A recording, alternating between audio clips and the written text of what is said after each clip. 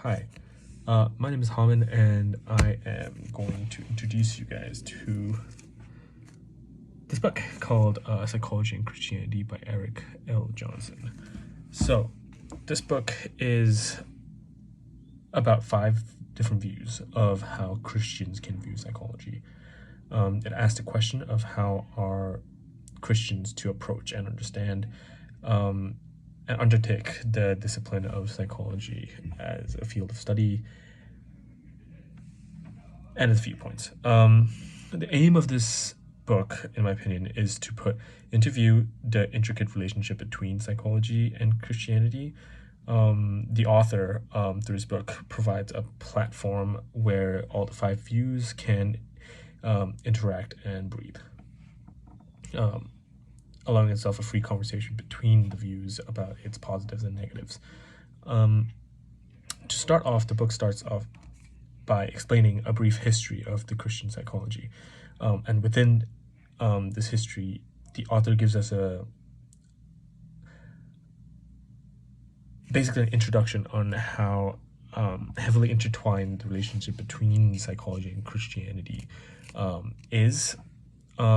Christianity has had its role ever since the creation to provide humans with the responsibility of studying and being stewards of the natural world. This also included the nurturing and the welfare and the healing of the soul or the mind. As such, throughout its age, especially in the Middle Ages, where Christianity dominated, Christianity itself took the role as a mental healer, which ironically, because of that, the science of psychology was birthed and slowly and steadily took over its place. Thus, with this complex relationship between the two, the author highlights how in the modern world Christianity is stuck in an intellectual crisis between being Christian and Christian as a religion and psychology as a science, and what it stands in between these two. Thus, sharing the 5 points. The 5 points are number 1, the levels of explanation view by David G. Myers. Second is the integration view by Stanton Jones. Third is the Christian psychology view by Robert C. Roberts and J.P. Watson. And fourth, the transformational psychology view. And last but not least, the biblical counseling view. I'll slow and steadily run by each of them, giving my understanding of them. And yeah, hope you guys understand what I'm saying or my thought process reading this book. To start off is the level of explanation view by David G. Myers. This, in my opinion, was the view of perspective. It prioritizes perspective. In this view, Meyer proposes that psychology is nothing different to the other natural sciences. He sees no contradiction between faith and psychology, and views it to be similar to other disciplines where each knowledge challenges each other and can be separated and exist in solidarity. Within the book, there are a couple of quotes that kind of help me understand this. Is that reality is a multi-layered unit by John Polking Huron. Basically, this was to each academic discipline provides a unique perspective of the world, and that also includes Christian psychology.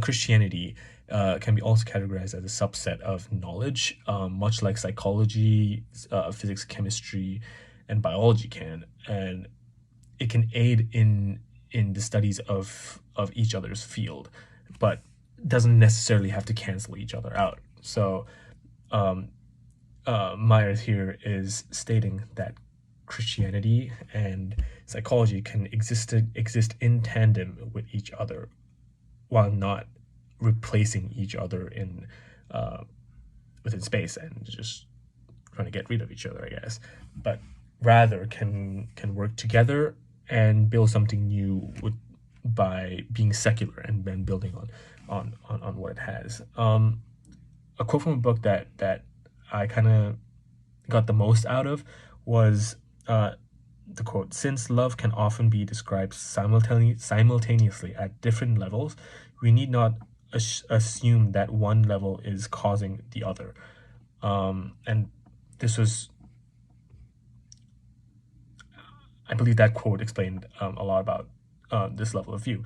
An example that I thought of while reading this view was that it worked similarly to the schema theory, where you have different schemas creating molding it into one. So if the level of explanation view is applied to me, then for me, I have my psychology knowledge and my knowledge as a Christian and my knowledge on physics and chemistry and everything else, kind of molding it into one that and makes my knowledge, my worldview and self. So each schema helping to grow.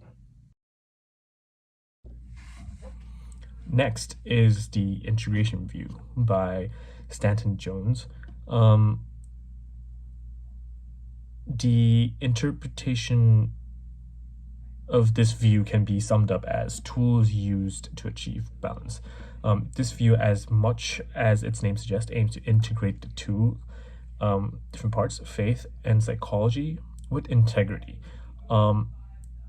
With faith, this view builds itself with faith as its background, approaching the already existing discipline of psychology with commitment to having one's Christian conviction shape your understanding and how you perceive and approach psychology. The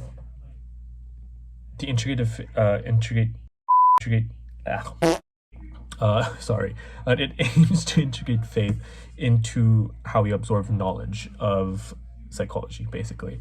A quote from this view that I really like from the book is that because all psychology is infused and shaped by metaphysical and moral presumptions, we also expect that we may need to modify and reshape what we learn from psychology in light of our Christian beliefs.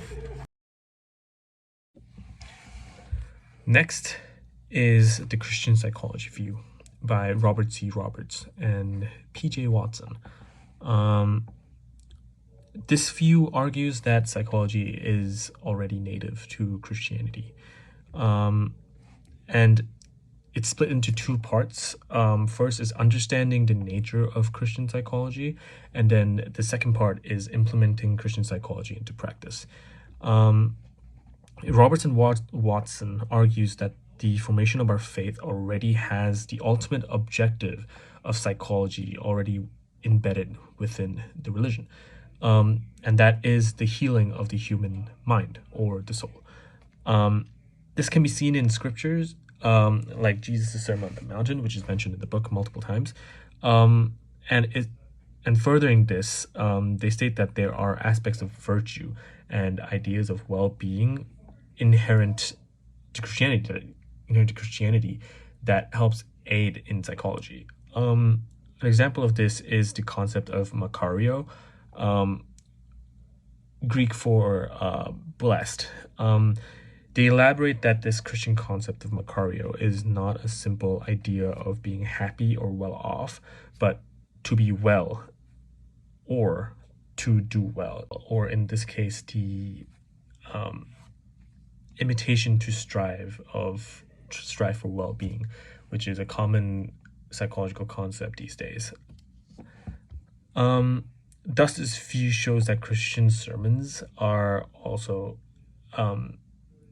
can have a positive impact in psychology, and has elements that preach psychology within sermons. The second part talks about the implementation and the way we can integrate this Christian psychology into daily practices and operationalizing Christian psychology.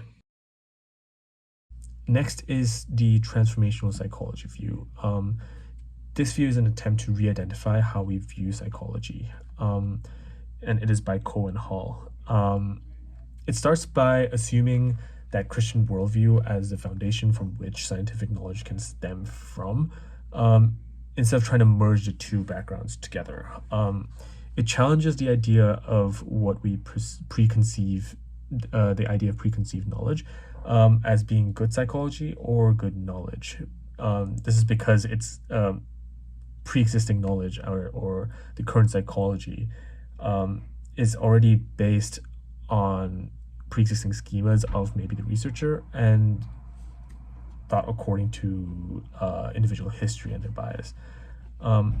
Transformational psychology is less about the relationship between two distinct fields and methodology, or the distinction between domain, but rather assuming that it being a singular, more unified complex between psychology and Christianity. It's an attempt to revamp how we approach psychology, or sciences in general, but kind of nudges for us to build our own tradition, or psychology, Christian psychology tradition, with by merging psychology and Christian to begin with, building from that base understanding upwards. Yeah. Last but not least is the biblical counseling view, written by David Powlison. It sums up by saying Christian faith is a psychology. It tries to challenge the current view of psychology by arguing that because we are made in God's image, as stated in Scripture, our understanding and healing of humans must stem from the Bible too. He reveals that God sets the agenda for human blossoming through counseling, and says Christian understanding is bound to differ from that of regular psychologists. He states that Christian revelation creates a unique idea of the relationship between counselor and counselee, as well as different methodology and counseling location. He argues further that Christian psychology and psychotherapy do not appear in the Bible automatically, and that wisdom from Bible counseling is always ongoing and evolving. The author suggests 6 steps to dissect and explain psychology through the eyes of Christianity. The view explains that psychology in and of itself is not bad, but it's a broad subject that must be sifted through to make it useful accurately, helpfully, and Christianly. And he goes on to show off a case study of the study of Clyde and how Christian therapy was beneficial to him, and eventually sifting it through and concluding by saying that Christian faith gives hope to the grim and often depressing nature of mental health.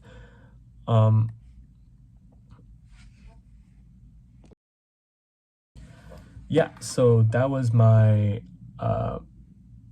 understanding of the book Psychology and Christianity by Eric L. Johnson. I personally really enjoyed this book because of how it showcases the 5 different views and how Christians should approach psychology.